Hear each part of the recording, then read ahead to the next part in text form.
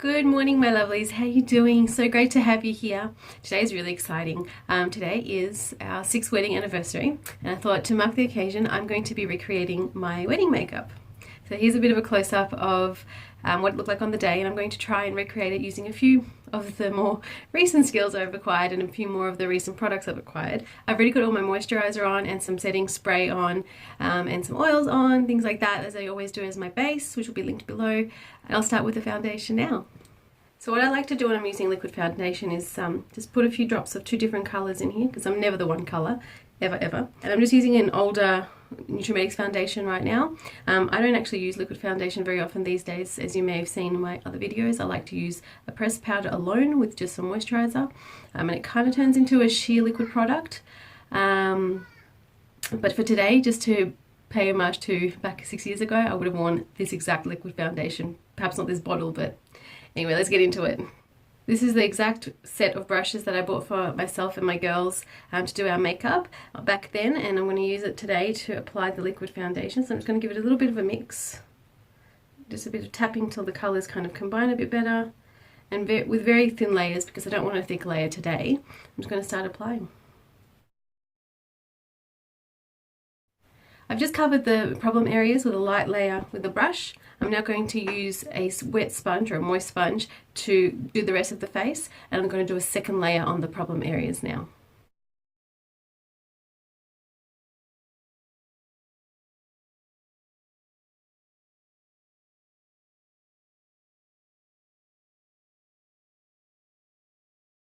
So next I would have set it all with a loose powder. Back then I used to use True Match by L'Oreal. Mine's very expired and I haven't bought another one since.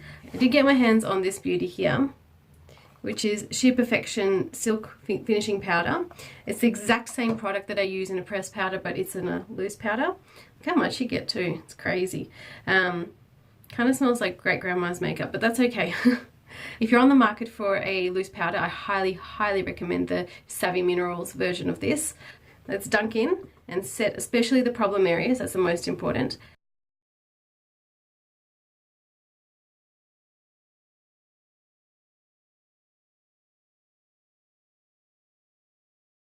The only thing I really don't like about this product is the fragrance, but the color is really nice. It's very finely milled. It's a lovely product. It's probably about 80% of the way natural for what I like. I would obviously prefer Savvy Minerals, which is 100% natural, but it is what it is for today. Okay, so next I'm going to use a little bit of lighter coloured pressed powder, as I always do for the areas where you would normally put concealer. I like to use the pressed powder, the Sheer Minerals pressed powder, in a lighter colour. Also using another puff, and let's go in and highlight.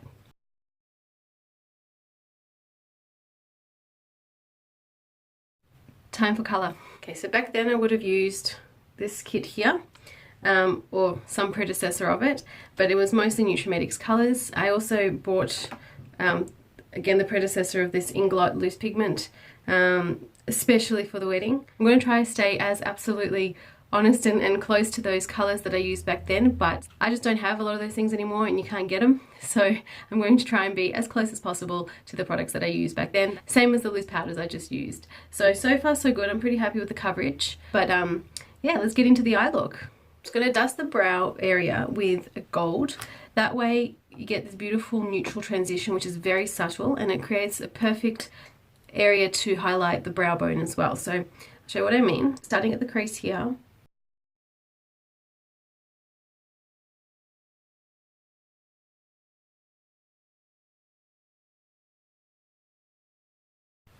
Okay, see what I mean?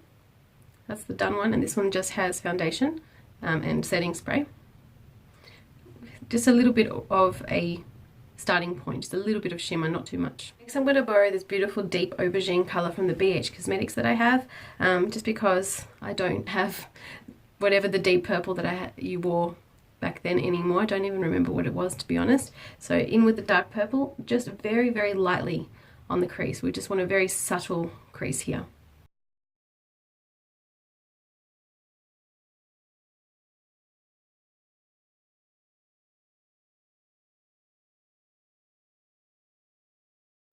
Just like that.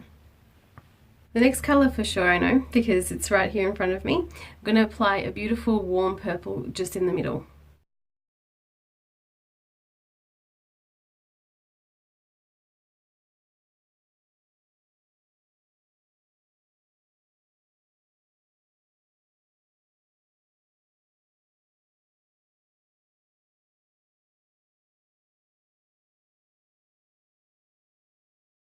So a colour just like this is still available in Nutrimetics. It's also available in one of the beautiful pans from Savvy Minerals, which I'll add up here and link. I would say any kind of tri-colour or quad-colour compact with a warm purple and perhaps like a peachy, goldy kind of option would be what you would want for this look. But do try and shop for something a little bit more green if you can.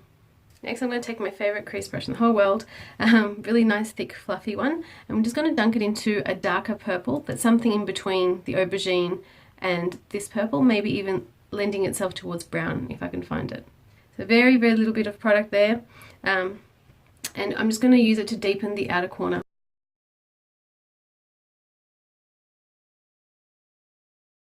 Just like that. It also acts as a really good blending step. Just a quick side note here, I'm just looking at the complexion part of this, and if only I knew that there was a beautiful mineral sunscreen available and that can give you this beautiful just highlighting using natural skin products. It's just amazing. It wasn't available in Australia 6 years ago anyway, but just look at the just natural sheen it gives to the top of my cheeks there. Such a cool little product. Anyway, that was a little bit of a side note. Let's get back into it. Next we've got to do the beautiful loose pigments by Inglot. Again, if you can find something greener, I highly recommend, but this is what we're going to use today. Ta-da! You've seen these before. I love them. I'm obsessed. They're very, very shimmery. So for loose pigments, normally you would use like a little gel thing to make them stick. I'm quite happy with the Savvy Minerals setting spray. It works just as great and it's so much better for you.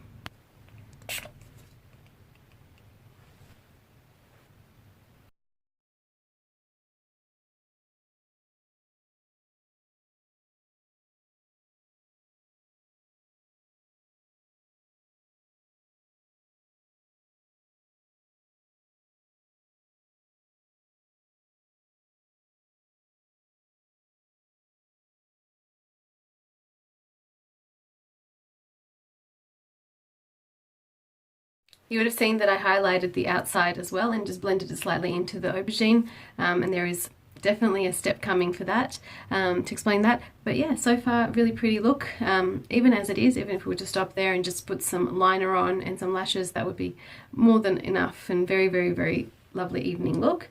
But we've got to finish it all off. So I'm just going to go away and do my contouring, bronzing, all that sort of stuff. Boring stuff, you've seen it a million times before. Back then I will say I did not highlight. I only used lighter powder. I would have used something like this, like a brightening powder or something, some sort of predecessor to it. This is actually a new product. I'm quite excited about it. Back then I would have just literally just used concealer or something shimmery just to brighten up that area. I had the idea already, but this is pre-Instagram days. I'll just finish that all off, highlight, and be back.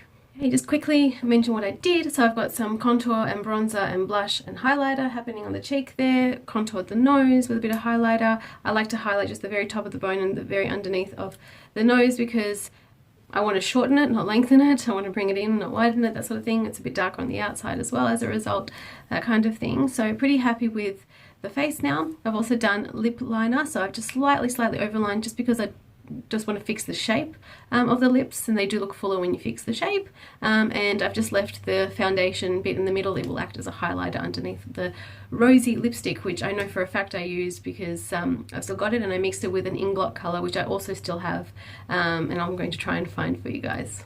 Okay, this is the most difficult part and the one that requires the most technique out of this entire look, and that is the liner. So I practiced this for days before I did it, and now it's kind of, I've come a long way since having to practice techniques beforehand, but still it is a tricky technique because if you get the lines in the wrong places, completely muck with the shape of your eye or the look of the shape of your eye. So it's a very, very thin jet liner line going up, but you don't want to feel it at all because you need to leave a gap and do the line underneath. And I actually had diamantes on my wedding day, but I'm going to use just silver liquid liner to create that effect today. So we're going to jump in it. It's a little bit nerve-wracking because liquid liner always is for me. I just know how easy it is to stuff up. I've stuffed up many times before. Let's go.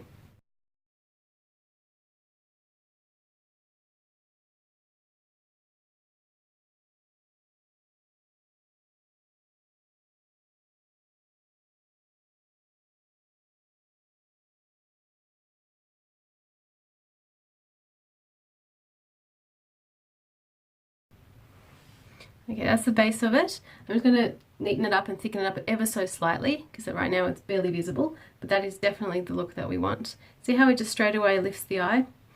Really, really nice and very subtle, which is the most important part for an elegant look like this. So there you go, that's what I mean by thickening it up. I just literally just tiny, tiny little strokes until I was happy with the straightness, I guess, of the line or how it was filled. I've just done the other one too. This is where the technique-y part comes along. So the idea is that you want to kind of connect them in spirit, but not on a practical level. So you do a bottom liquid line, but when you go to extend it, it's as though they were going to meet up, but then they just don't. Yeah. So I start, if I'm looking straight ahead at my mirror here, I start exactly underneath the iris. You can even put a small dot to highlight that. Now let's zoom in.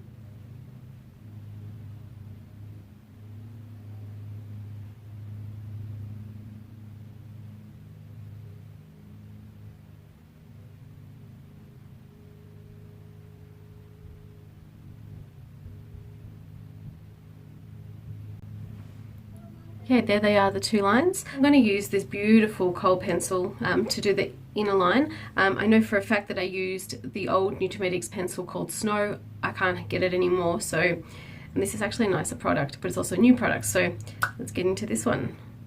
So there we have it, the finished look. I've got some beautiful sort of pinky purple on the outside by Inglot. Like I said, that color is no longer called that color, but it is a beautiful pinky purple, kind of shiny but matte, sort of wet looking matte color.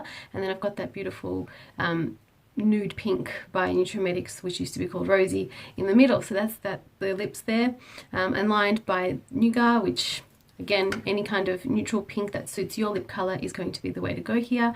But yeah, I'm very, very, very happy with this gorgeous look.